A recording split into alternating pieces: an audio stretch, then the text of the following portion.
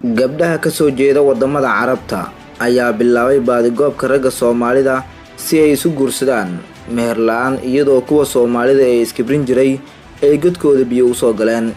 Waa muuqaal xiiso badan ee hayga tagay ila daawilaa dhamaadka waxaad ogaan doontaa wax badan oo ka qarsoon asxaabtaadan u sheergaree follow ilegna waa inoo muhiim mahadsanid. Gabadhaha ka soo jeeda wadamada carabta gaar ahaan wadamada Lubnaan iyo Sacuudi Carabiya ayaa bilaabay baadi goob ay ugu jiraan ragga Soomaalida si ay isu guursadaan. Waxay wadaan gabdhahaasi olole ay ragga u soo bandhigeen in meherka meesha laga saaro oo xitaa qarashka arooska ay ugu bixinayaan haddii ay helaan qofka ay u baahan yihiin oo ay ku xireen shuruudo ka fudud kuwa ay haweenka Soomaalida ku xiraan ragga gurdoonka ah. Gabdhahan ayaa sheegay in qofka guursanaya aysan ku xiri doonin hal shilin laakiin kaliya ay wataan hal shuruud oo ah in iyaga kaliya jecel yahay oo guursanayo balse naag kale uusan la guursan danaha saawin. Waxaan la soo kulannay dhibaatooyin badan oo dhanka xiriirka ah.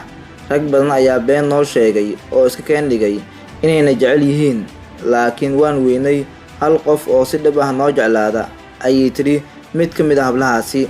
Waxay hadalkeeda sii raacisay waxaan hadda doonaynaa in qofka na guursanayo aanan ku xirin shuruudo uusan ka bixi karin sida lacag iyo meher kaliya hal shuruud oo ah inuu na jecel yahay. Dooda ugu weyn ee wataan hablahan ayaa waxay tahay in meher la'aan la guursanay diyaar u yihiin. Waxaan doonaynaa waa qof na jeclaada kaliya meel kasta ha joogo intaas haddaan helno nolosha way noo dhammaystiran tahay ay yiraahdeen.